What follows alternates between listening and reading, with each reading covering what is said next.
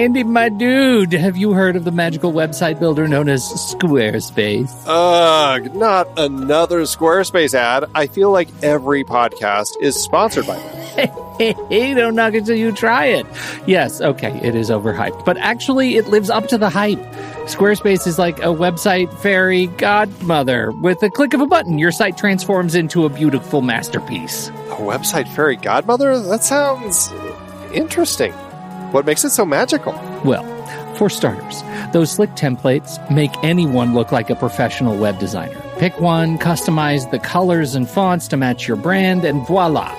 Plus, the drag-and-drop fluid engine is so easy, your grandma could build a site on Squarespace. Well, she did knit me a lovely scarf last Christmas. Maybe website design is next. Exactly. And when you're ready to sell your Nana's handmade scarves online, Squarespace has built-in e-commerce. Add a store with one click. Get flexible payment options. Then watch those sales roll in. And when she wants to teach others her steezy scarf skills, Squarespace's new courses feature is just the ticket. Nana can set up her curriculum and enrollments and payments in a snap and become the next e-knitting influencer. Oh, wow, you really sold me with the grandma angle. Sign me up for that free trial. Just go to thenextreel.com/Squarespace and transform your site into a beautiful Squarespace masterpiece. Well, thanks, Pete. Even though it's overhyped, Squarespace actually sounds perfect for Nana's site's needs. Appreciate the warning on the ads, though. I'll brace myself next time I listen to a podcast. Anytime. Let me know if you need any help getting that site up and running.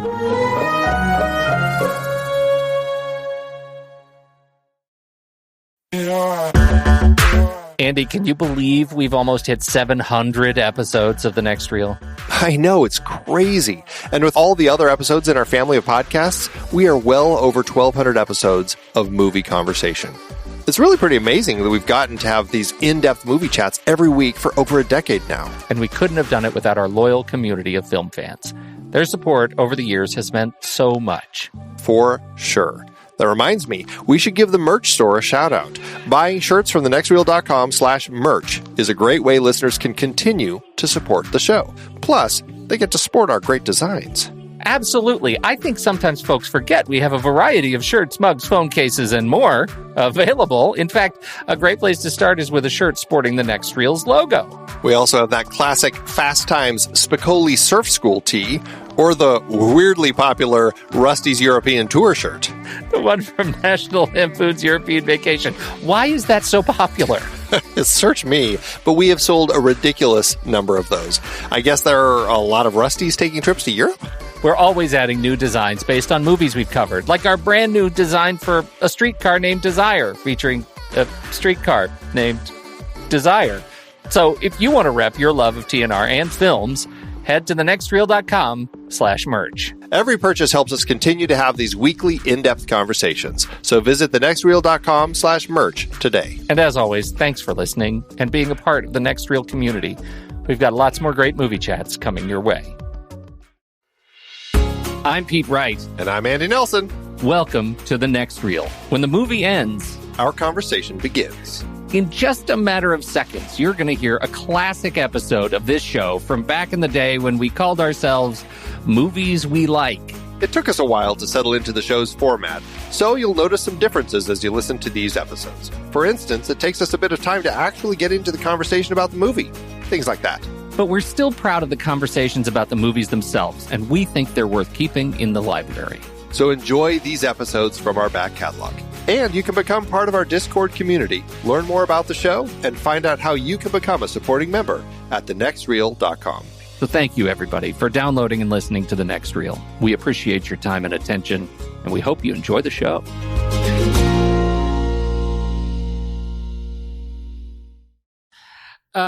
Okay, so let me tell you, first of all, and this relates to my trailer. Oh. Mm-hmm. Okay. Foreshadowing. That's what I'm doing right now, is foreshadowing. It's what we call that in the trades. Ceramic knives, Andy, in the kitchen. I have one. What do you think of them? I think it's pretty slick. Bananas how sharp those things are. Yes. Yeah. Sharper than a banana. I'm still pretty excited about my ceramic knife. As you should be. It's like every day. It's like a new sunrise awakening. with my ceramic knife. I just want to cut something. And I do this thing from this class, the class I took, the knife class. I told you that, right? No, I didn't know you're in a knife class. Are you throwing knives? Juggling knives? What do you do in a knife class? Ceramic knives. And you just shatter. They just shatter at the wall. It's more of an anger management course than an actual culinary. No, it's culinary. Anger management with knives. What could go wrong there? So somebody didn't read the actuarials on that. No, it was a culinary knife skills class. Okay. And you know what? I've been doing it wrong. I have literally been doing it wrong all these years. Cutting, manipulating the knife, how to cut. Now I know how to julienne, how to chiffonade. You name it, I can cut it. I know how to hold the knife. You're supposed to hold the knife right at the bolster. You're not supposed to extend your index finger. That's ridiculous. Only chumps do that. You're supposed to hold right at the bolster, at the balance point of the knife where the handle meets the blade. Do you know all this stuff? This is fascinating. That's why people tune into the show. This is it. Right here, folks. Cooking with Pete. I have this laundry list of things I need to cover with you. Oh, good. I have one more. There's another. Actually, I have two more things. Can I go, or do you have a turn? Do it. All right. I finally saw Minions. This was another on my list of vacation films that I needed to catch up on. I took the kids. You've seen it, yeah? Yep. It was fantastic. I think you're giving it a little too much credit. We had a blast, and you know what it was? It was that it was in the spirit of great slapstick, right? As serious and as highbrow as one might get in slapstick, I had a blast just watching this because it was so easy for me to go back to some classic silent films and see how they did this. I think when you take away language, it just makes it a really delightful experience, and I had a blast. So well, good. And you're a buzzkill. And I enjoy those guys quite a bit. I just think the story was pretty garbage. But those garbage? Guys, watching those guys was pretty enjoyable. Who cares about the story? Please. I actually really I adored the story all the way up until they met what's her name, and that just then that exactly. Yeah. That's exactly where the story that's where it just falls off the rails. Yeah. Okay, my final thing. I found in my treasure trove of things that my dad has given me, and probably because he can't do anything with them anymore, and now I can't do anything with them, I found 3 early film reels. Right? Oh. These early, 16 millimeter, no, Super 8 film reels of, get a load of this, monster from a prehistoric planet with terrible destructive powers. Wow. Mm-hmm. Mighty Mouse, 8 millimeter home movies, a Terry Toons thing. Mm-hmm. And this is the one I know you will want to take off my hands immediately. The original Brer Rabbit and the Tar Baby from Song of the South, just that segment. So, because I know you celebrate incredibly offensive racist lore in film, that you would want that. Well, actually, the animated segments are not the part that's a problem in that film. It's the rest of the film. You're right. The thing is, this is what I need your advice on. I don't know what to do with these things. I can't use them. I can't play them. Should I keep them just for, collector's value? Is there any value to these things? I mean, they're in pristine condition, these little cartoons. Probably not. You could sell them not on eBay, but whatever the new eBay is. The new eBay is. So when we figure that out... Yeah, because, eBay turned into a place where you have to, have a store there, and you don't really... auction things anymore. It's not eBay anymore. And it's Craigslist. No, it's not Craigslist. Oh, if my wife were around, I'd ask her what it is. She knows what this new site is. Or even better. Here's the thing. It is even better. If anybody in our audience wants some old 16 or 8 millimeter Super 8 film reels, I will send them to you. Even better, Pete? Pony prize. Oh, Andy. Andy. Oh, that's so great. How did This is what the Pony Prize was meant for. I am so dumb. Andy, brilliant. And if you don't have a way to watch it, it works perfectly to wrap around a Christmas tree. Or decorate at a birthday party. So we'll see. If somebody comes out of the woodwork and says, wait, no, don't give them away as a pony. I will pay you for them. They're worth millions. I'll take the millions. Otherwise, somebody's getting this with a pony. Hear, hear. Oh, that's awesome.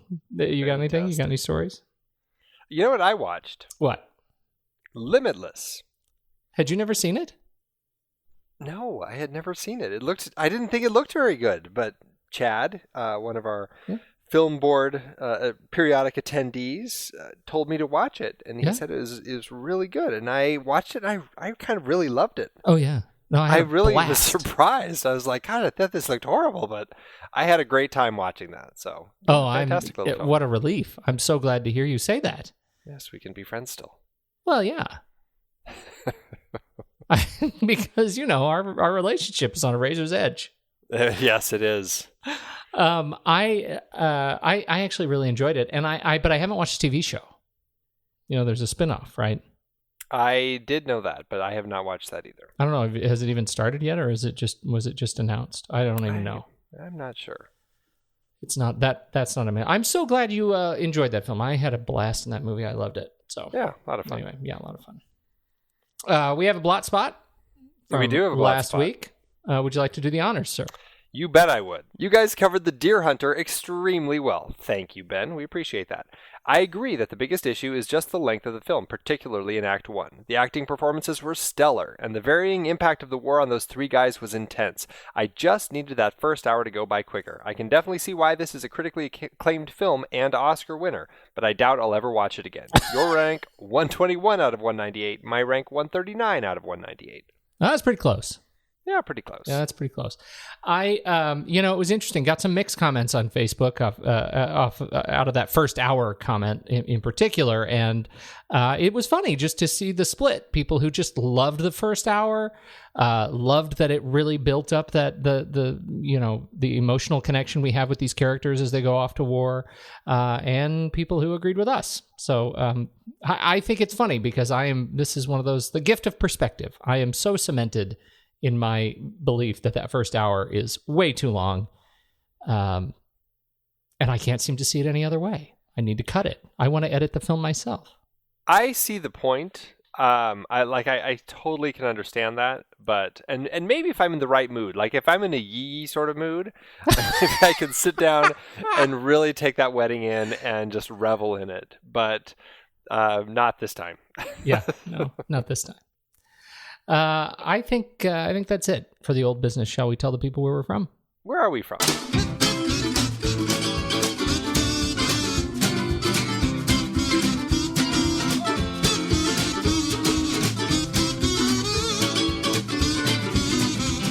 This is The Next Reel, everybody. I'm Pete Wright, and that there is Andy Nelson. Hello, folks. And we spoil movies. Tonight on the show, the second film in our Meryl Streep series with Robert Benton's 1979 film Kramer versus Kramer. Before we get into that, you should learn more about us at thenextreel.com, subscribe on iTunes, or follow us on Twitter and Facebook at The Next Reel. And if you agree that tonight's film is the second worst comedy in Meryl Streep's catalog, you should head over to Instagram.com/TheNextReel and play The Next Reel's Instagram #PonyPrize, #GuessTheMovieChallenge. Andy, I believe that our dear friend Stephen is off to Iceland, which is apparently someplace that is really easy to get to when you live in Scotland. It seems far less daunting when I think of that than it is to get to from my house. And so you will be taking the reins and filling in the old role yourself. It's probably a shorter trip than from my house to your house. Oh, that's sad. It is sad. Yes, congratulations to Fegfi, I think. Fegfi. Out of the gate, I shouldn't say out of the gate, but out of the gate, Fegfi. This is Fegfi's first time playing on the Instagram Guess the Movie Challenge. So congratulations, Fegfi. Yes, you did need 6 guesses to actually figure out, and 7 pictures to figure out what this movie was. But it was The Man from Laramie, the 1955 Anthony Mann film with James Stewart in it. It took a lot of guesses. There were a lot of people playing this round trying to figure out what the heck this Western was. Nice. And it was all over the place, from recent Westerns to old Westerns. And finally, on the last day, Feige was able to figure it out. It did take a nice close-up of Jimmy Stewart to figure it out, but congratulations to Feige. You are now entered to win the 2015 Tony Prize. I say this and I mean it. Well played. Indeed, indeed. Andy, it's time. Let's do trailers.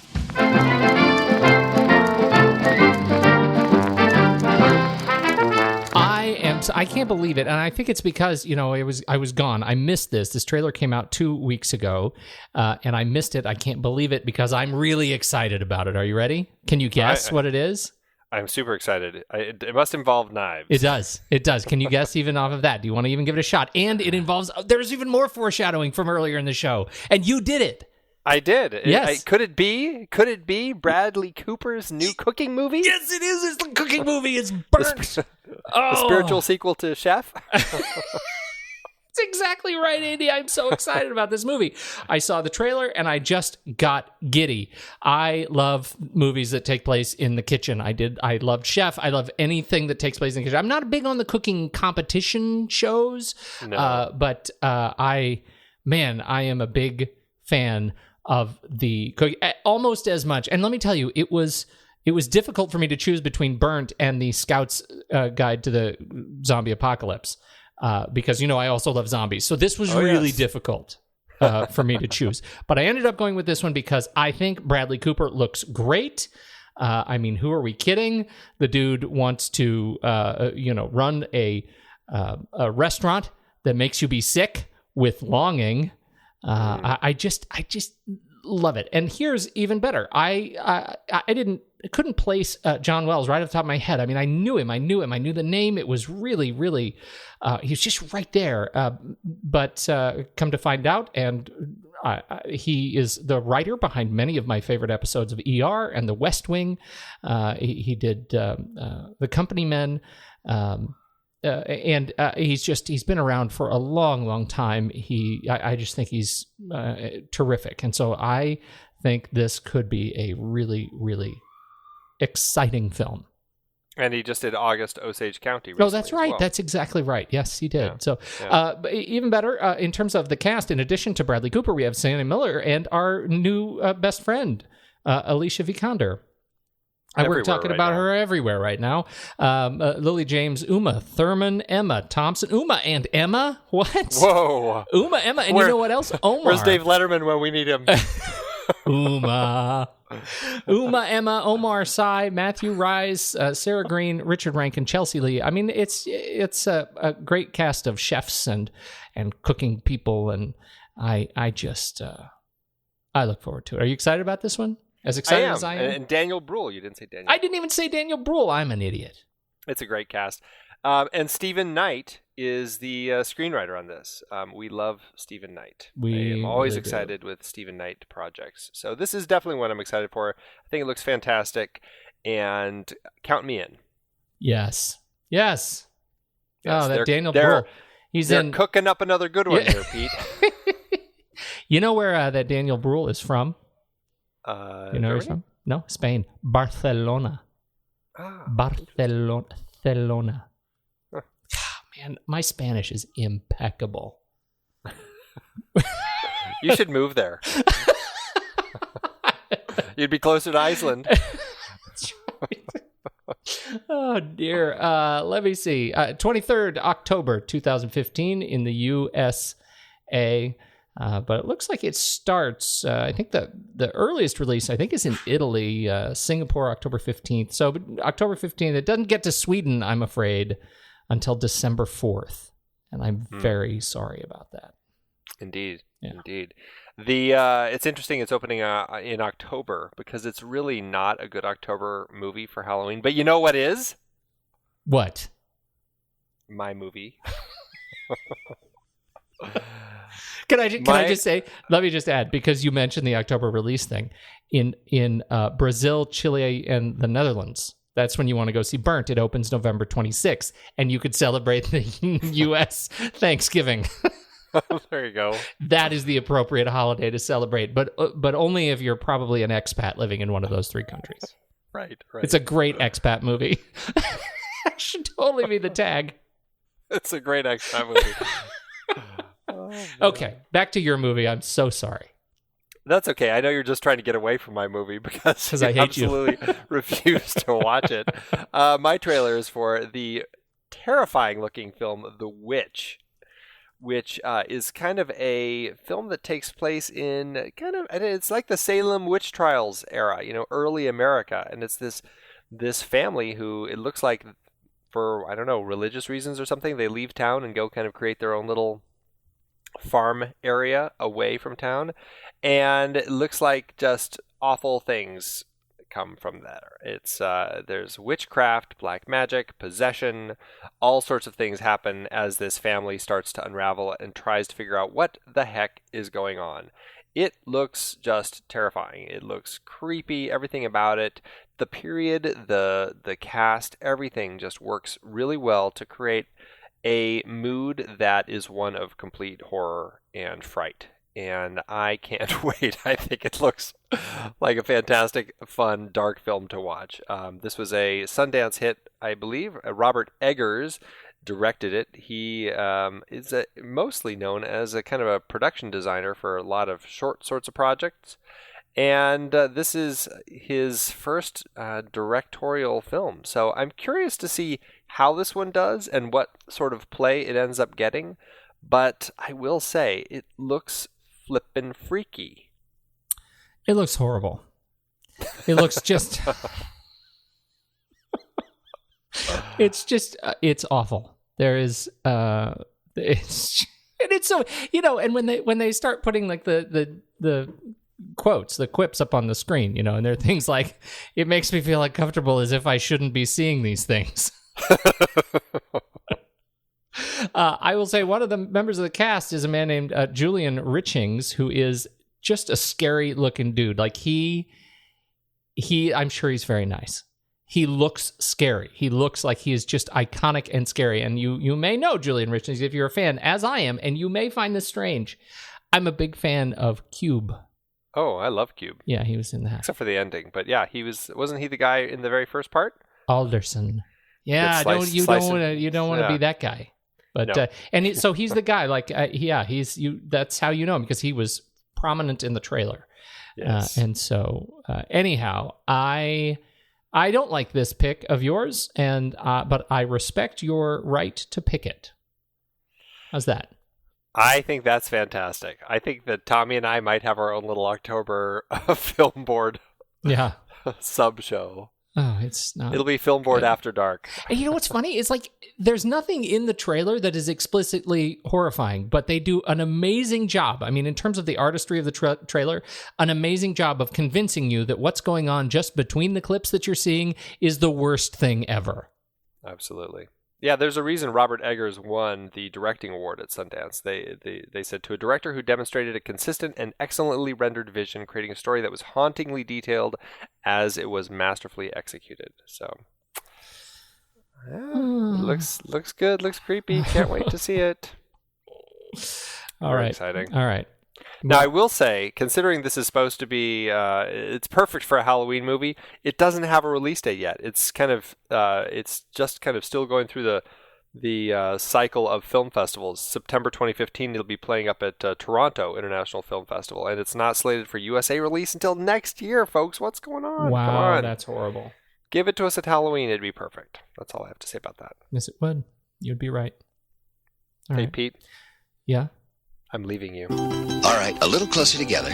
Come on, smile. That's it. Hold it. Isn't this terrific? Columbia Pictures presents Dustin Hoffman and Meryl Streep in Kramer versus Kramer. I just got to call the office before they go. Joe, you're going to be real proud of me. I'm leaving you. Was this some kind of joke? Did you know that all the best chefs are men? You dumped some shell in there. Oh, it's all right. You like your French toast crunchy, don't you? No, Mommy always buys the kind with the orange circles on it. I want my son. You can't have him. What makes you so sure he doesn't want me? Wait. I'm not that late, Joe. I'm only 20 minutes. All the other mothers were there before you. It will never happen again, okay? I'm not saying he doesn't need his father, but I really believe he needs me more. I'm his mother.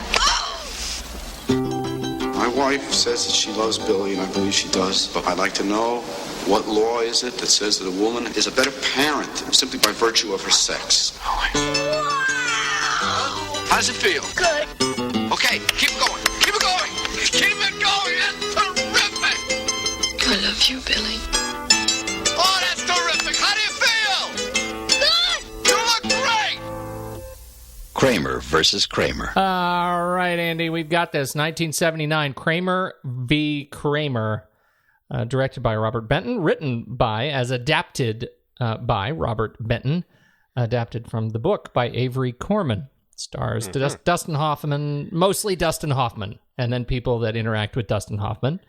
Meryl Streep, Jane Alexander, Justin Henry, Howard Duff, George Coe. It's a nice cast. Yeah. Did you say JoBeth Williams? Oh, JoBeth Williams.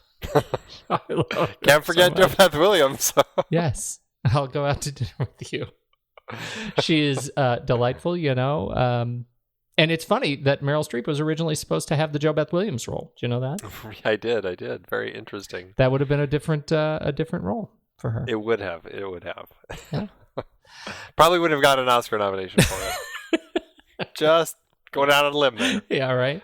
What did you think of Kramer versus Kramer? And I think, you know, in the context of coming off of her performance, her brief performance in Deer Hunter last week, here we are the next year, and she is Joanna Kramer. She leaves her husband, Ted Kramer, in the first 3 minutes of the movie. That's how we start, is I'm leaving you. And you know, I felt very differently watching this film as a father and an adult than I did when I first saw it. And a husband. And oh, yes. I don't think I had seen this since college. Yeah, that's exactly when I last saw it, and I did not appreciate it at all. I don't think I did either. I appreciated it a little bit because my parents are divorced, so I had some appreciation of seeing what they were doing there. How old were you when they got a divorce? I was in 3rd grade. Okay, so you're a little bit 8. older than Billy. Yeah, I was 8, so just slightly older than Billy. How'd it play out? Did it play out the same way it did for old Ted and Joanna? It didn't quite go this way. I didn't have a parent who just disappeared for 15 months. No. That's pretty grim. Yes. I think that's another reason I didn't appreciate it, also because my parents were not divorced or are not divorced, and so I don't think I got it, and I didn't understand the grief that sort of unfurls in it. And now that I'm I've got the family and the children, it really hit home. And what was super funny though is my kids, who are older than Billy, but not like old teenagers or in college, they're still young. They were in the room while I was watching it on my iPad, and they were in the room kind of listening to it and watching it. And I asked them to weigh in. What would you think? Who would you want to stay with if this happened? You know what they said? Mom. Like, what? Have you not been experiencing this with me? Are you insane? I feel like I don't want to dock your allowance, but I may have to on principle. Have you seen this guy? And you know what my daughter says? But he burned the French toast. That's what you're basing this on? Wow. All right. That is pretty funny. I've been talking too long. So tell me, how did it stand up for you? This film really, it kind of broke me a little bit. It was really just it was a beautiful film. I really loved this movie. I truly just thought it was just an incredible piece dealing with amazing characters, told honestly, powerfully. It's just such a devastating ending. It's just such a kick in the teeth. as his lawyer is just like, yeah, they went with the mother right down the line, and just like rips you apart. I never want to have to go through anything like this. It's just an awful sort of situation to ever have to go through with somebody that you love, or at least loved, and to fight over someone that you do love and want to keep in your life. And it's just a horrible situation to have to see. And it's such an interesting film, the way they play these two characters, the parents, off of each other, Ted and Joanna, and how they you go from just not respecting her at all and being just angry with her. I mean, it's really easy to side with Ted because we're with him for the duration of the film, and it's easy to kind of see Joanna as the antagonistic force.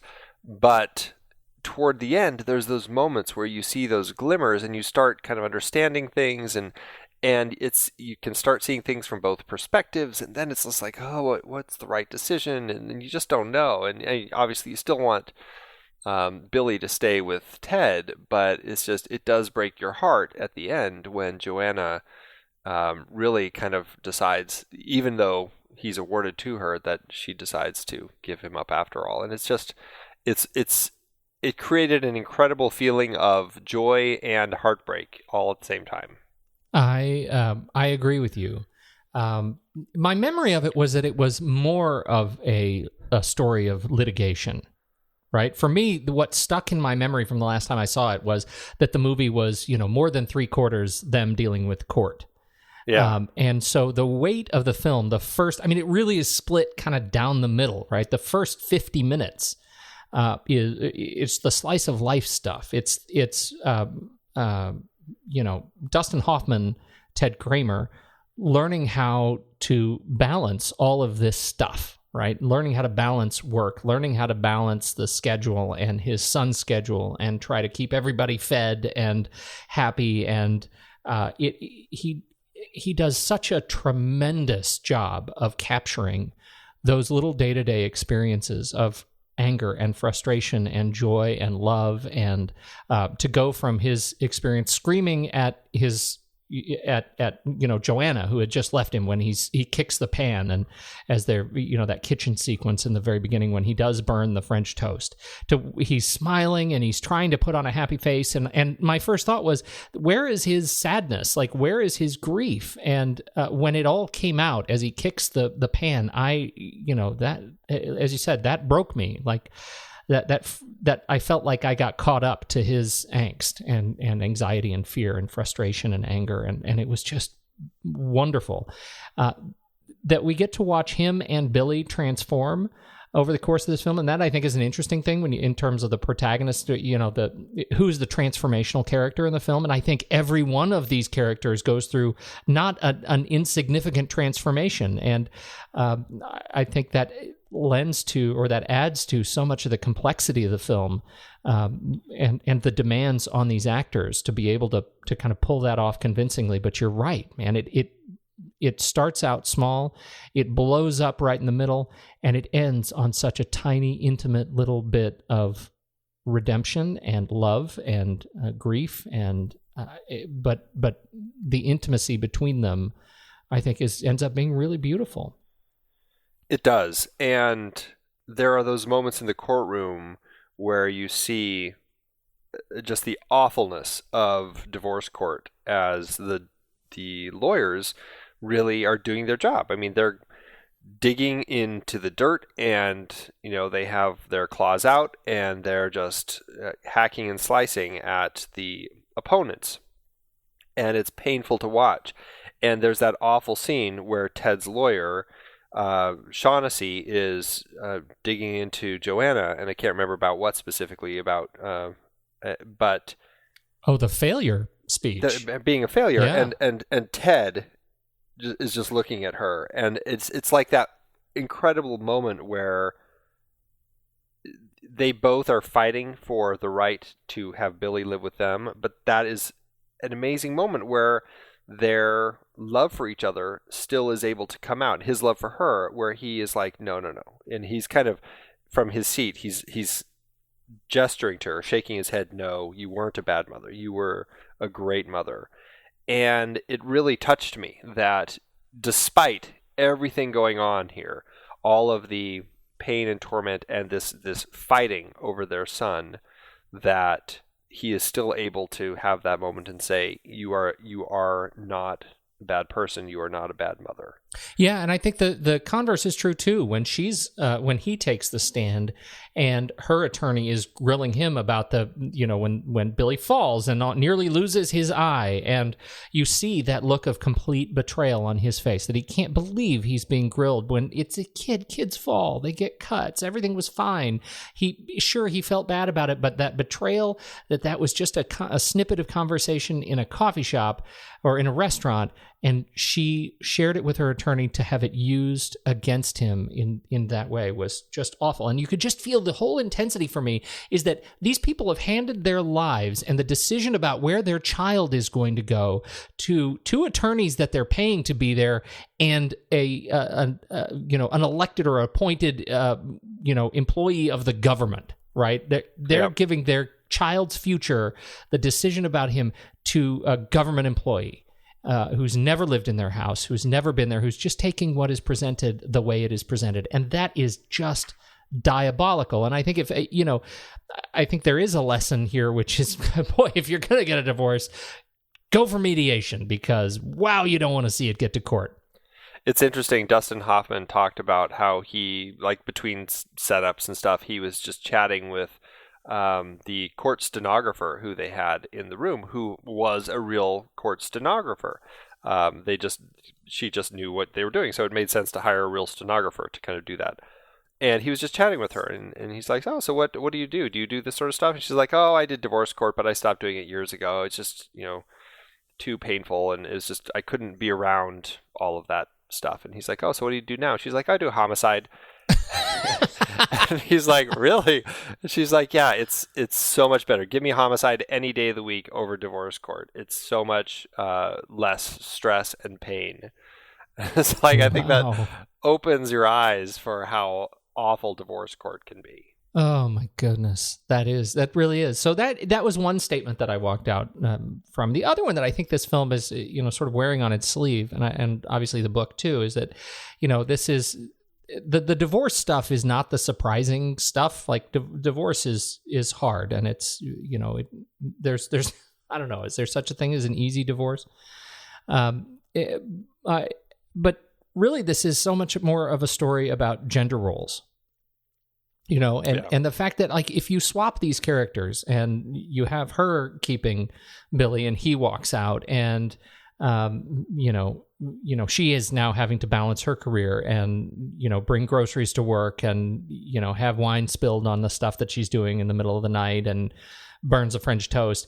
That's definitely a dog bites man story. And what we have here, and I think in 1979, this was a much even more of a man bites dog story. The fact that we have, the dad who is forced to do all these things, and the incredible sort of, I think we are meant to believe the incredible sacrifices he makes and the incredible challenge he has of balancing work, and then when he loses his job over trying to be a good father, we see so clearly the pain that some of our cultural choices end up making on us, and I think he and Benton end up delivering that message really, really well. I don't think it comes off as saccharine. I don't think it comes off as political. I think it just comes off as painful.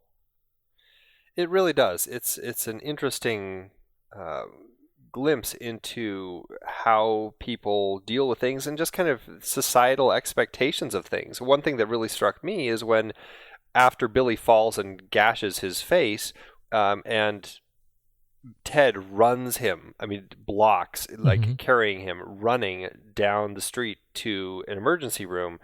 And he's in there, and the doctor is like, okay, here, you can just go wait in here. We don't need you anymore.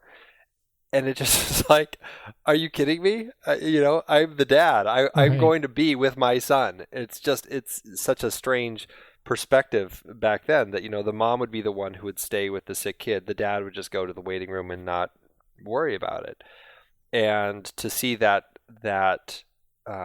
Ted was actively going to be doing everything he could to be a good father was really touching. And I think it was nice to see him make all the changes and really essentially take on the dad and mom roles quite effectively, to just do everything to take care of his son. And it ended up creating just a beautiful, touching relationship as you watch them evolve over that first hour of the film before Joanna enters their lives again.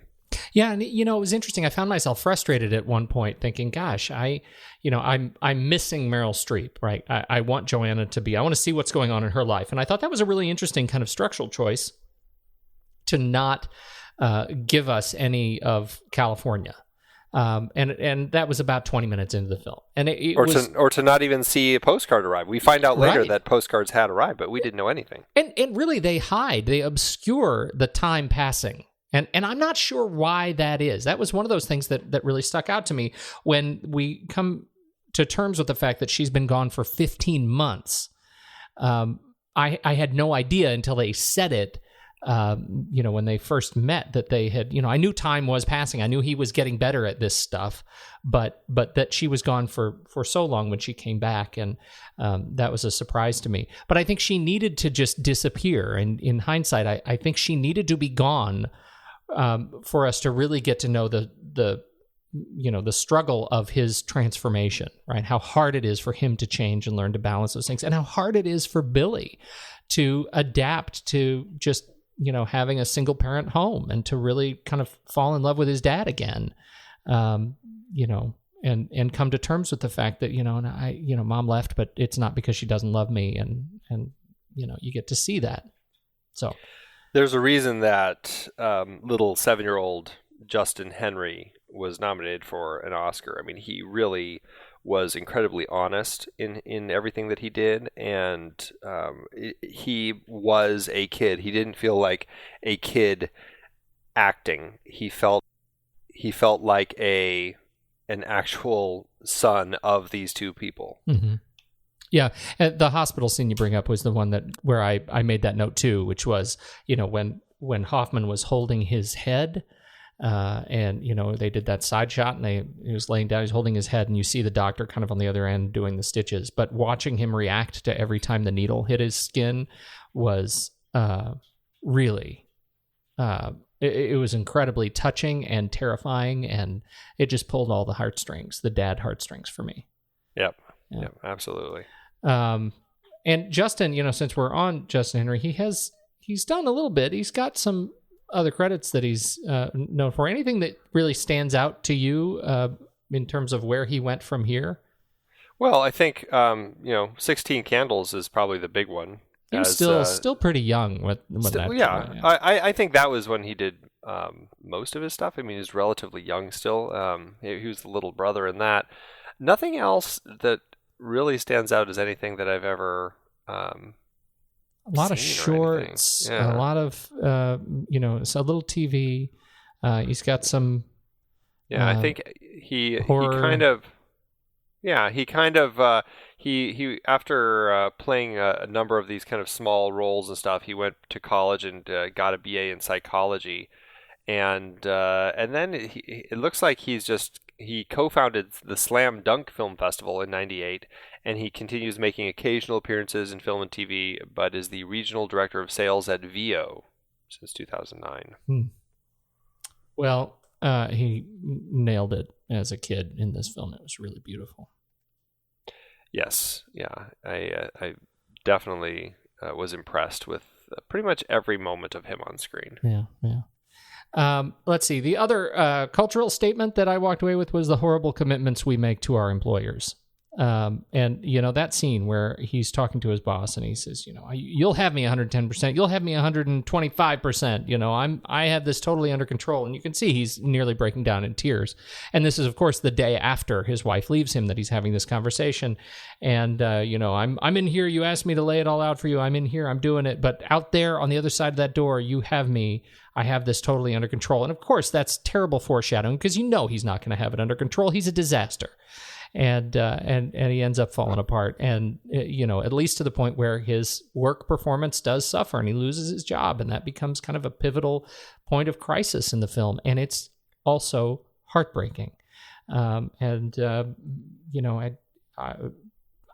don't know. I feel truly blessed watching this movie that I have the flexibility that I do. It made me really reflect on the old corporate gig and the pressure that I think is still on so many people to perform. Yeah, absolutely. It's a very difficult place. And I mean, I have friends still to this day who, it doesn't even have to be just single parents. I mean, really anyone who is a parent and who's working. I Absolutely. mean, there are people who work who, whether their employers have kids or not, it seems to be employers who don't have kids, but they have expectations where you're working there and you are theirs pretty much whenever they need you. Mm-hmm. And they don't have any expectations about, when you need to be home or anything like that. They just work.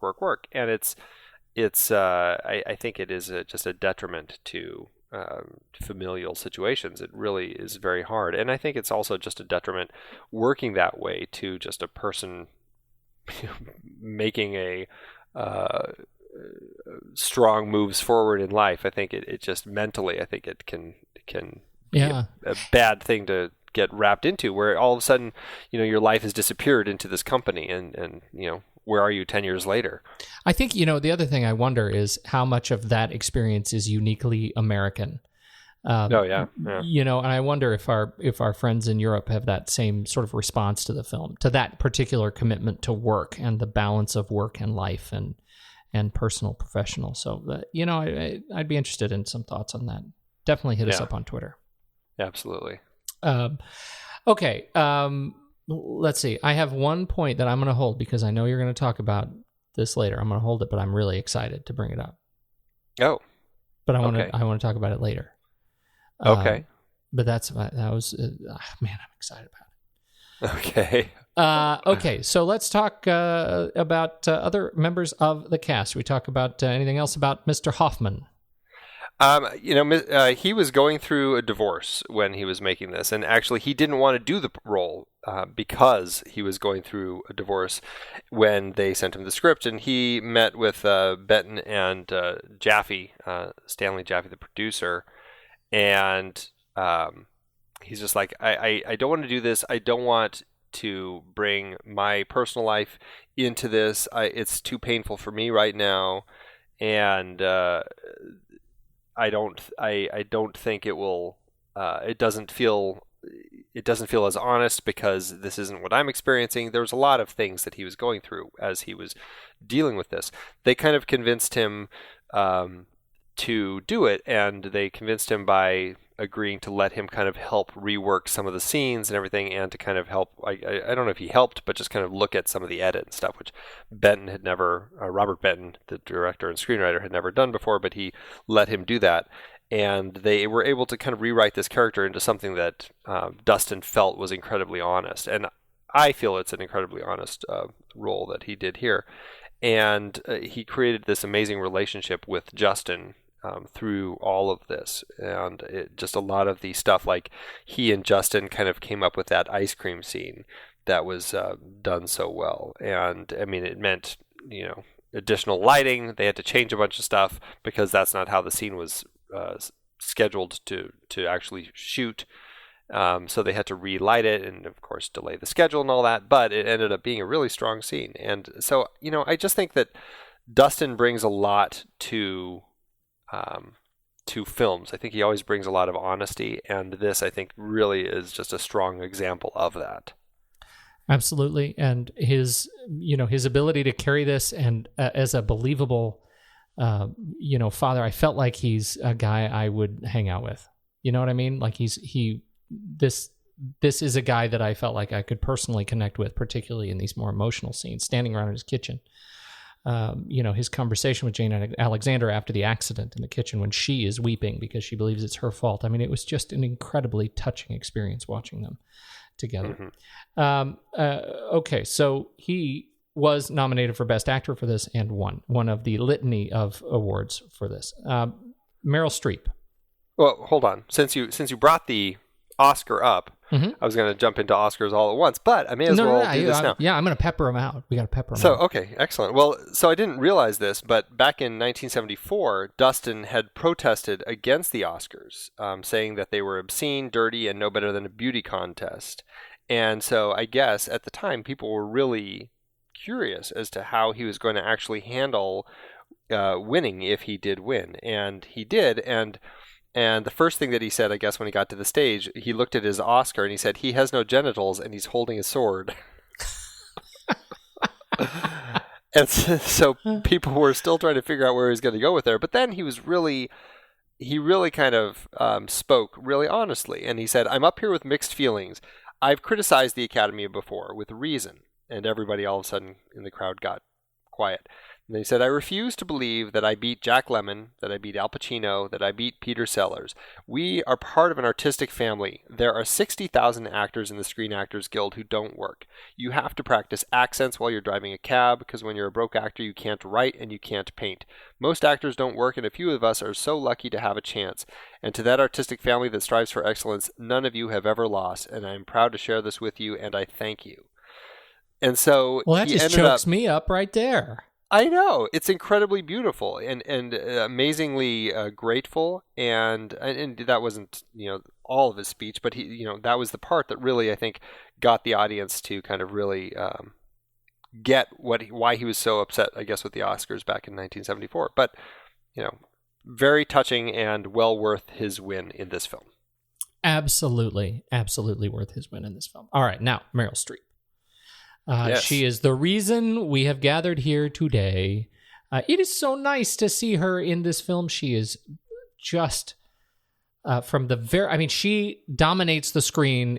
From the last opening credit, we get her face, and I think her face, and the very brief transition that her face goes through when she says that she loves Billy, encapsulates everything we are about to see in the entire film.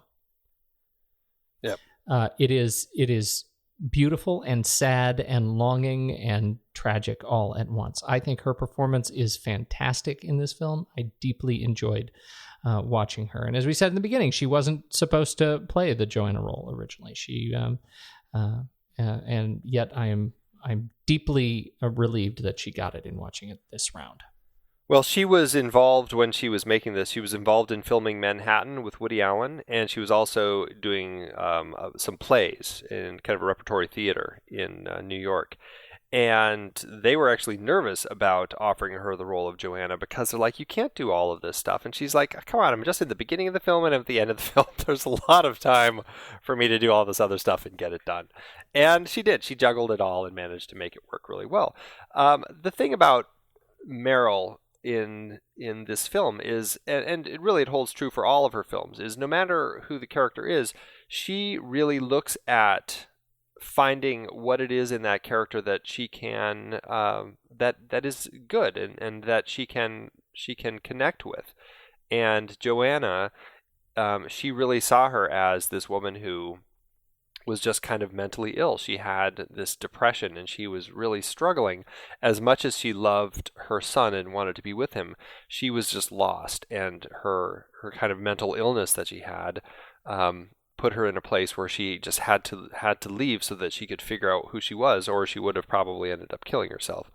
And it shows that somebody like Meryl Streep, she can really connect with a character, and I think that's what good actors do. No matter who the character is, they find the side of that character that they can really connect with to make that character an honest, true character. And I think she does it brilliantly here. It looks like originally this part was supposed to be played by Kate Jackson. Correct. One of the Charlie's Angels, and that's why she couldn't do it. And it would have been a very different role. Yeah, it would have been really different. Yeah. Kate Jackson as Joanna, and then Meryl Streep walking around naked in the house. Yes, right. That would have been very, very different. How about Jane Alexander? I really liked her in this. She's one of those actresses that's been in a lot of stuff, but just not a face that you instantly recognize. And I was looking at her credits. I'm like, oh, wow, she was in The Ring. Oh, she was in Terminator Salvation. She was in The Cider House Rules. Like, she's just in all sorts of stuff and tons of TV. I mean, she's one of those people that's just all over the place. And, but I don't know. This role, like watching her here, I just felt like, I feel like I'm just a broken record, but there's just so much honesty in her role as this kind of friend who lives in the building. And I really was touched by their friendship that she and Ted had, and really watching it develop over the course of the film. Well, and I think that's it. We talk about the transformation of these characters over the course of the film, and she's another one that we don't think. I mean, she's sort of the supporting character. She's the friend, but she gets to be the friend to both of these characters, and it is such a wonderful, I think, testament to her ability to start out as the friend of Joanna, as the confidant, as the person who knows the story. Presumptively, we believe that she knows more than she says in the beginning, at least when she comes up to see how Ted is doing the night of her disappearance. And yet, I think over the course of their meetings in the park, they become closer and closer as friends. Ted and Jane's character. Oh my gosh, what's her name? Margaret. Yeah. That they end up becoming the closer of the two. And I think her divorce and her their shared experience, even in I think 4 really short kind of sequences.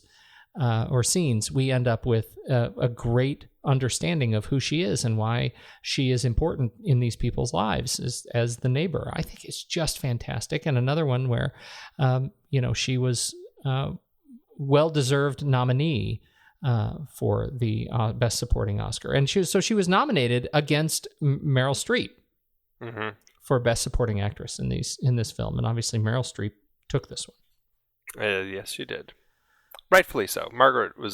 Jane was great, but Meryl is the one who really deserved the Oscar here. Yeah, I mean, Jane was great, but she was definitely the supporting role. You know what I mean? I don't know. Yeah. I think and this goes back to the conversation we have sometimes about the actors' credits. Like, why did Meryl Streep end up going against Jane Alexander in this film for Best Supporting Actress? Is it a matter of time on screen that Meryl didn't get a Best Actress? Yeah, I mean, if anything, it has to be that, because she's not gone in it very for much. An entire half of the film. Yeah. Yeah. Anyway. Yeah. Okay. And Justin Henry, we didn't mention, he was nominated for an Oscar for Best Supporting Actor, and is still to this day the youngest actor to have been nominated for an Oscar. The youngest. Let's see, what were the statistics? It was like the youngest actor to be nominated for any Oscar, the only actor to ever be nominated for an Oscar in the same decade of their birth. Something like that. So that was 1979, and he was up against, goodness. It's funny, we've actually mentioned his name. He was up against Mickey Rooney, Mickey Rooney was Black Stallion, Frederick Forrest for The Rose, Robert Duvall for Apocalypse Now, and Melvin Douglas for Being There. And it looks like Melvin Douglas won that one. Melvin Douglas won. Melvin Douglas, and I can't remember if we talked about this when we talked about Being There, but Melvin Douglas refused to go to the Oscars because he was offended at having to compete against an 8-year-old. Well, But he won. Won. So I wonder if he accepted the award after he won. I don't know. You don't have that speech memorized too? Because I don't have that speech memorized. He wasn't there. He didn't show up. No. So there is no speech. So I do have it memorized. There you go. That's pretty funny. Yeah. Let's see. In terms of other people we want to talk about, But who else is high on your list? For me, it'd be Howard Duff. I think as John Shaughnessy, who's he is Ted's attorney. Yes. And he's, my goodness, 135 credits. The guy has been around, at least he was around until the day he passed away in 1990. But man, he's got a long list of accolades. Yeah, he was married to Ida Lupino at one time. He was hooked up with Ava Gardner for a while, Gloria DeHaven. He's one of those guys that was kind of around, Yeah. I really enjoyed seeing him on screen here. He seemed like the sort of person who would be a divorce lawyer. Yeah. That's right. It was a treat. The War Gods of Babylon. My goodness, he's been in some great ones. He's another one who's in my dad's catalog. Yeah. And he was in a lot of TV. So he was a guy who throughout the 70s would show up on these things like Rockford Files and Police Story and so Fantasy Island. And that's another one. I think everybody in this movie was in Fantasy Island. Even Justin Henry, shortly after this one, he was in Fantasy Island. So who else for you? I think that pretty much covers it for the cast, but Robert Benton, director, I think, is worth mentioning. An interesting director who definitely directs kind of smaller character sorts of films. He had a couple before this, Bad Company and The Late Show. And then after this, Still of the Night, which I think was kind of a Hitchcock ripoff flop with Meryl Streep. And then Places in the Heart, which he won his third Oscar for. He won 2 Oscars for this. He won a screenwriting Oscar and then the director Oscar. Places in the Heart, he won his Oscar there for, I believe it was for best writing on that one. And then he did, he kind of went downhill from there. Nadine, Billy Bathgate. Nobody's Fool actually was pretty good with Paul Newman. Twilight, didn't care for that one. And then he did The Human Stain in 2003 and Feast of Love in 2007. I'm not quite sure of Feast of Love. I mean, it's got a Morgan Freeman. It's got Greg Kinnear, but I don't know. It doesn't look that good. Other than that, his writing is really what got him started. I mean, getting an Oscar nomination right out of the gate for him and his writing partner Bonnie and Clyde, was quite a great way to start. And from there, Bonnie and Clyde were not his writing partners. No, that's not what I know. That all came out rather poorly. It was just all at once. And now I feel like he and his writing partner and Bonnie and Clyde are all together. I feel like you have misrepresented the man. He writes with Bonnie and Clyde. What can I say? No, David Newman is the co-writer, and together they wrote Bonnie and Clyde. Is it better when I go slowly? It is much better when you go slowly. I'm getting old. My knees are breaking down. There you go. Yeah. He did a lot of other writing things. What's Up, Doc? Superman, I think, is kind of a big one. The 1978. Up with that? I haven't looked at the writing credits for Superman in a long time. Obviously, Jerry Siegel and Joe Shuster as creators, but Mario Puzo and David Newman and Leslie Newman and Robert Benton and Tom Mankiewicz. There are a lot of people, a lot of high-end talent on this film. I had never really appreciated that. Yeah, I knew Mario Puzo was involved. It's so interesting. That is so interesting. Yeah, quite an interesting breakdown for that one. Have you ever seen There Was a Crooked Man? I haven't. You should see that. Is it good? Kirk Douglas, Henry Fonda, Hume Cronin. Well, my memory of it is good. Yeah. Burgess Meredith is in it. That's been a long time. Did you see The Ice Harvest? That was a recent one he wrote in 2005. The Ice Harvest, that had what's his name? John Cusack. John Cusack. Yes, yeah. And you know what? I believe that was another one that was based on the Scott Phillips book that I like so much. The book I thought was fantastic. So yes, I did see that one, and I remember liking it. I remember it was slower than I expected it to be.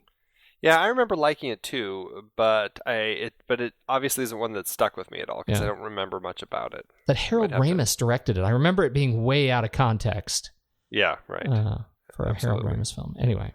It was. But Robert Benton, so, in terms of this being a Robert Benton film, it happened so early in his career that I don't think he had much of a tone yet, and to go from this to Still the Night, which I remember very vaguely. I remember it not being so good. Well, I say, between this, Places in the Heart, and Nobody's Fool, those are three that I've seen, all within the last couple years, I'd say. I remember all of those being very much of the same feel, very much character pieces. Was Places in the Heart the one Sally Field won and said, "You like me, you really like me"? No, she won for this year in Norma Rae. That's right. 79. That she's the one who, if Meryl Streep had been Best Actress in this year, they would have been up against each other. That's right. Okay. Yeah. No, but Sally Field was in Places in the Heart with Danny Glover. Mm-hmm. Ed Harris, John Malkovich. Right. Yeah. But you're right. Nobody's Fool was really. I enjoyed that one a lot. I didn't remember that one. This was the one I remember being shocked that Bruce Willis was in. It's I thought it was very just a nice character film, and I think that's what I classify Robert Benton as, is a character director. He's a guy who really works with his actors and gets them to create really honest characters. And I don't know, that's what I've found in at least these films. And, I don't know, it just seems to strike me that way. Yep. I agree. Let's talk a little bit about cinematography, can we? Néstor Almendros. Yes. Now, he came on to this because he was expecting to work with a different director. Francois Truffaut. Yeah, that's right. And then Truffaut did not join him. Correct. Was there did you find any scandal? I didn't. I just found that Truffaut was just, he was interested, and then he's just kind of like, I really am interested, but I don't think so, not right now, sort of thing. And nothing that seemed scandalous. I am wondering what it would have been like if Truffaut had directed it. I think he's a very interesting director. I really I do like his films. I'm looking in his catalog right now. It looks like at the time, was he directing anything? He had Love on the Run come out in 1979. So it's possible that he was busy kind of dealing with his own projects and just didn't have time. Mm-hmm. Well, Néstor Almendros, he is another one from Spain, but ended up moving to Cuba and started writing film reviews, studied film in Rome, and ended up coming away with 59 cinematographer credits. And he directed, looks like, a number of shorts and documentaries, but no feature films. But he also is behind many films that we love. And in fact, we were talking about him tonight. We will be talking about him again when we talk about Sophie's Choice. That's right. He is a delightful cinematographer. I thought this was a wonderful sort of natural, and I think he did a good job in the frame of keeping us feeling warm in their home. And that was one of the things I think hit me very first shot after the shot of Meryl's face, when they pull away and there's the red curtain, or the red swatch of fabric over the lamp that's kind of glows the room red. And I thought it just set the tone for me for the rest of the film. It was in spite of everything that was going on, in spite of everything that these people were going through and all the emotion that they were feeling and on screen, I think they did an incredible job of keeping us feeling like we're in a place of warmth. Yeah, and it was interesting because he paired with Paul Silbert's production design and Ruth Morley's costume design. I thought they made a lot of really interesting decisions. I found it really interesting that pretty much every time Meryl Streep is on screen, she is incredibly beige. Like everything, like her wardrobe is just it's disappears almost like into classically things. soft focus too. Like it disappears into things. Particularly when the handoff, they do the Saturday handoff. The first time he has to hand off Billy to, to mom, and she is standing there in the middle of these kind of the fall, it's not even fall, the winter kind of trees in Central Park, and she's just like not even there. And I think it's such an interesting way to depict her because it speaks so much of her character. Yeah. Somebody who's there but not there. And I really liked that. Something I just kept noticing. Yeah, I think Néstor did an amazing job with the camera. I mean, he was nominated for an Oscar. It did go to Apocalypse Now and Vittorio Storaro, probably rightfully so. Because, who are we kidding?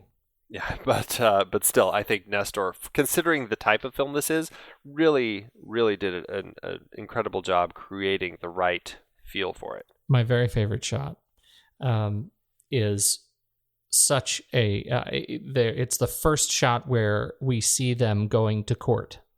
Do you know the shot I'm talking about?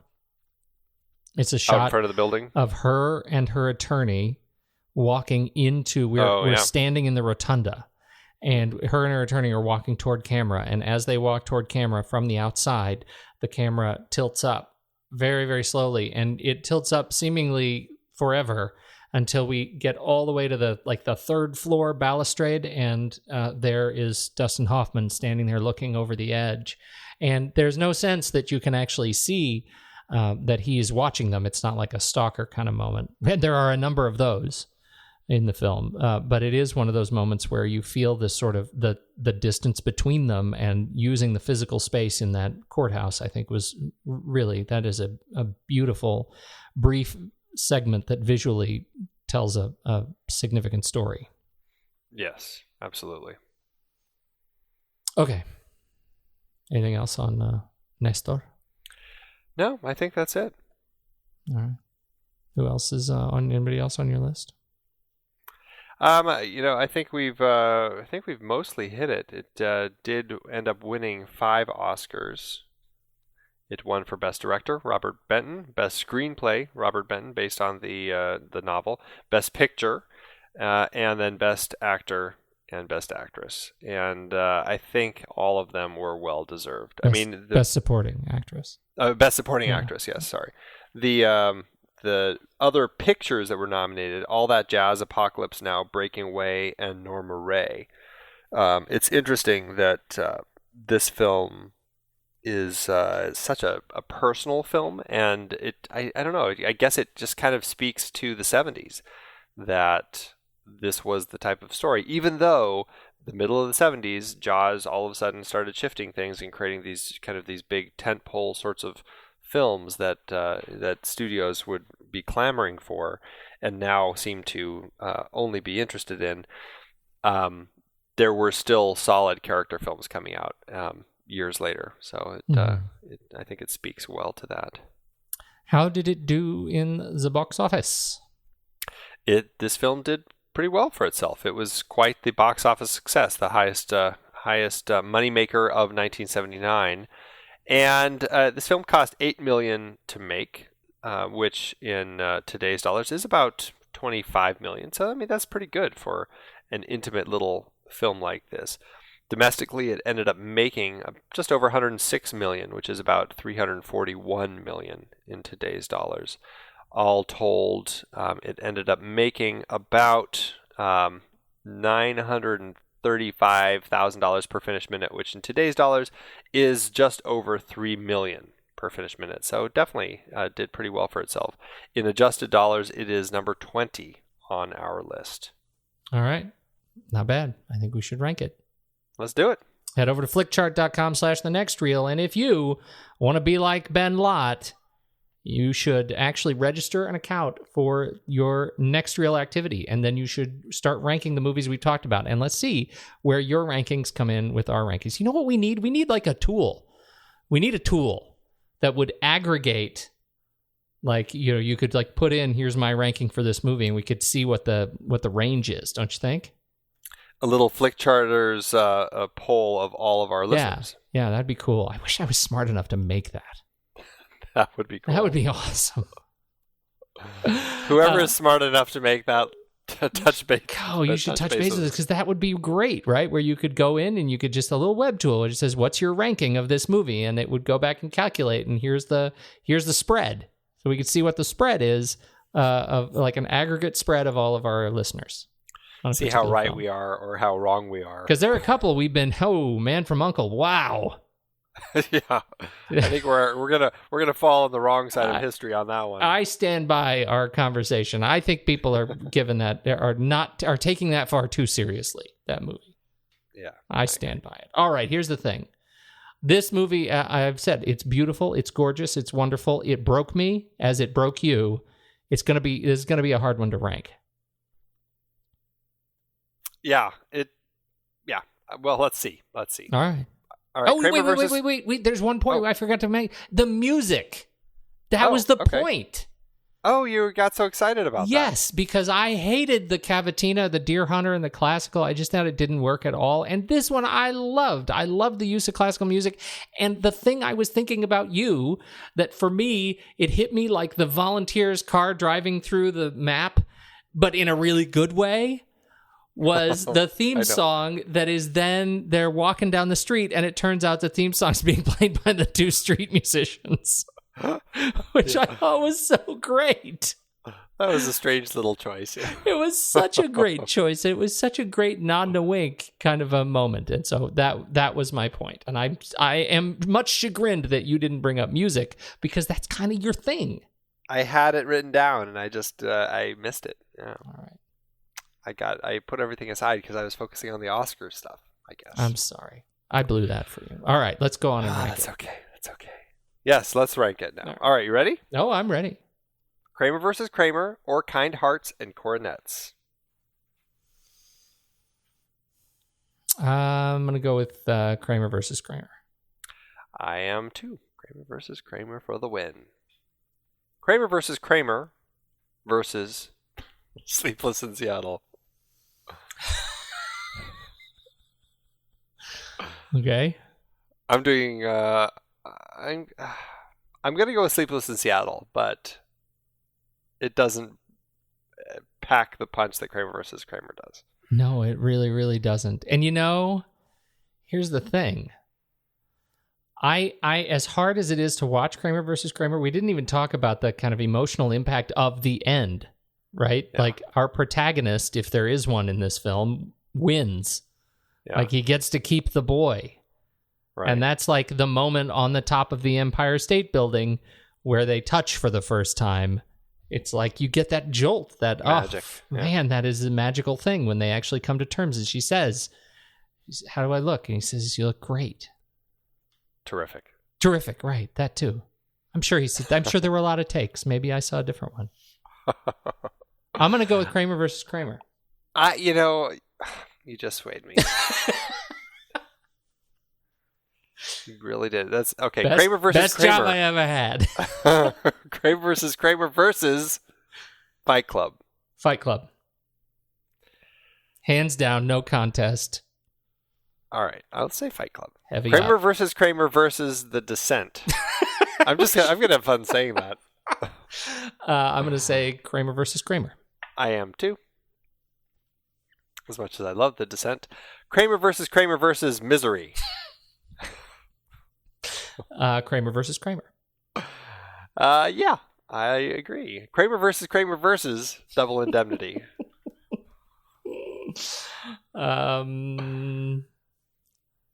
Jiminy. I'm saying Kramer versus Kramer. Okay. All right, me too. Don't make me regret this. Kramer versus Sweet Smell of Success. Not the Sweet Smell of Success. I'm going to do Kramer versus Kramer. Me too. Kramer versus Ace in the Hole. Oh, Kramer versus Kramer. What are we doing ranking this against all these old movies? How did it end up in that kind of a lineup? I know, it's pretty interesting. It's because it's up. We kind of built a wall with Fight Club, so we're in all those ones that never have gotten past Fight Club. All right. Boy, Ace in the Hole. This is I'm going to say Kramer versus Kramer. Okay. And there we are. Fight Club is number 25. Kramer versus Kramer, number 26. That feels good to me. Out of 199. Wait. Does that mean next week is our 200th film? Our 200th film, yes. Next week will be number 200. Wow. And it'll be a film that neither of us have seen. Who saw that coming? That was horrible planning. It really was horrible planning. Why would we do this to ourselves? We like the challenge, Pete. That's why. So this is our. We should clarify, because we've been doing this longer than that. This is the 200th film, but it is technically our 241st episode. Yeah. All right. That includes, our couple Oscar episodes that we had way back in the beginning, our Ken Levine interview that just went live. Yep. All of those count as far as the episode numbers. But yeah, this will be the 200th film, and that's not counting the film board films. Right. No, that is a different. Those we've only got like 37 of those, I think. But we just did 37 of the film board. Right. But in terms of episodes, the film board is included. Correct. Yes. So, if you're keeping track, we have a spreadsheet. We could share it if you want to know. It's a lot of mess on that spreadsheet. It's a lot of mess. I don't think we want to stripes and green and stripes and columns and a lot of hidden stuff and frozen things and notes and it would give away our That's right. what we're talking about for the next 3 years. I had an idea for another kind of mini series, but I don't know what the actual series is. There's got to be something we do at the Pony Prize that's called the Precious Pony. I want to brand something as the Precious Pony. Can we find some element that we brand? Like a little tiny pony toy? Yeah, well, or a film. Like, what is your Precious Pony? I don't know. What does that describe? Oh, like what is the Precious Pony for each of us? Yeah, I don't know what that is. We have a guilty pleasure. So what's your Precious Pony? Maybe the guilty pleasure is actually another way of saying your precious pony. Wow. Okay. Dear. I think we'll have to work on that one a little bit. All right. So we'll workshop it. I mean, that's okay. We can take it. We can poke holes in it. It's all right. I'm okay. We'll workshop it. You're good with it. I really gotta go to bed. All right. I'm gonna go make some French toast in a cup.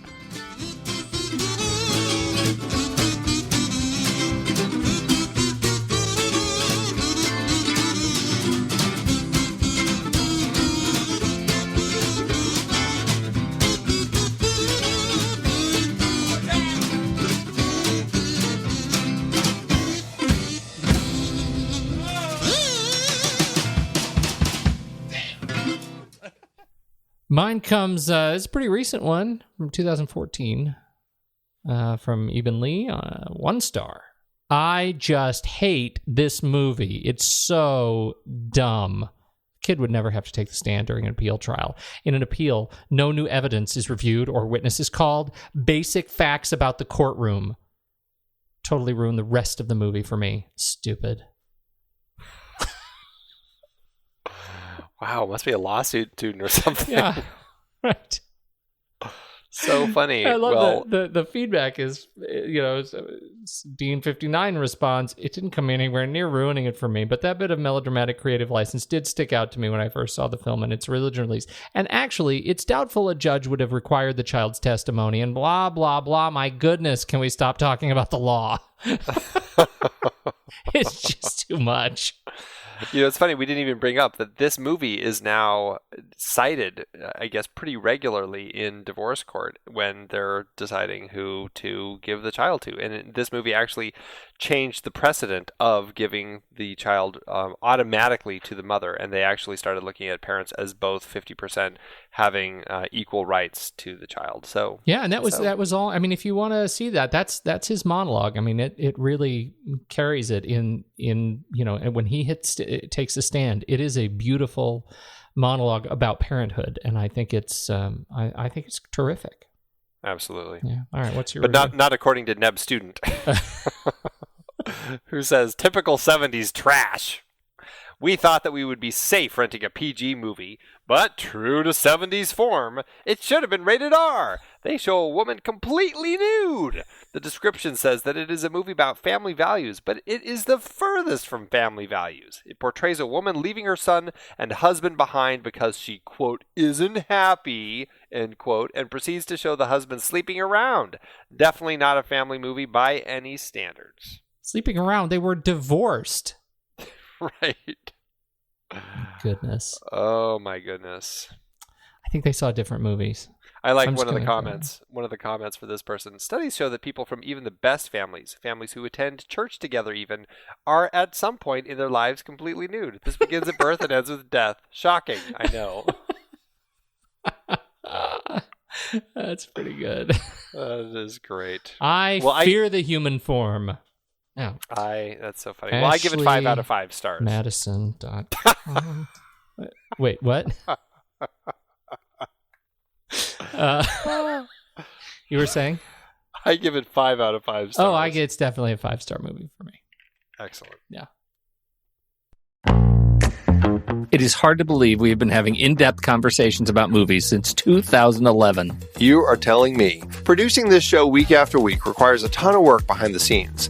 If you'd like to help support our efforts, one easy way is by using our Originals page when shopping for books and movies that we've covered. Just visit thenextreel.com/originals. Your purchases made through our links give us a small commission at no extra cost to you and allow us to keep having these great discussions. Season 5 had some great adaptations, like our Meryl Streep Oscar-nominated performances series. We covered adaptations like Kramer vs. Kramer, Sophie's Choice, and The French Lieutenant's Woman. It's a real Sophie's Choice between those books. You see what I did there? Yeah. And I don't think it's quite at the level of a real Sophie's Choice. We also did Snowpiercer for our Bong Joon-ho series, adapted from the French graphic novel Le Transpersonnage. Man, I love that movie. We had our 2-part 1939 series that included adaptations like Gone with the Wind, Ninotchka, The Women, and The Hound of the Baskervilles. A number of those 1939 movies, like Goodbye, Mr. Chips, also tied into our recent 1940 Academy Award Best Picture nominee series. Our Naughty Children horror series had creepy adaptations like The Bad Seed, Village of the Damned, The Innocents, and Children of the Corn. For our Hayao Miyazaki series, we talked about his take on Lupin III with The Castle of Cagliostro, plus his own The Wind Rises. Some great listener choice picks too, Viridiana and The Great Escape. And for our David Mamet Wright series, The Verdict, The Untouchables, and Glengarry Glen Ross. Plus, Kiss Kiss Bang Bang from our Shane Black series, adapted from Brett Halliday's novel, Bodies Are Where You Find Them. Dive into the sources for all of these at thenextreel.com/originals. Every book you buy helps support the show. Check out thenextreel.com/originals today and find your next read.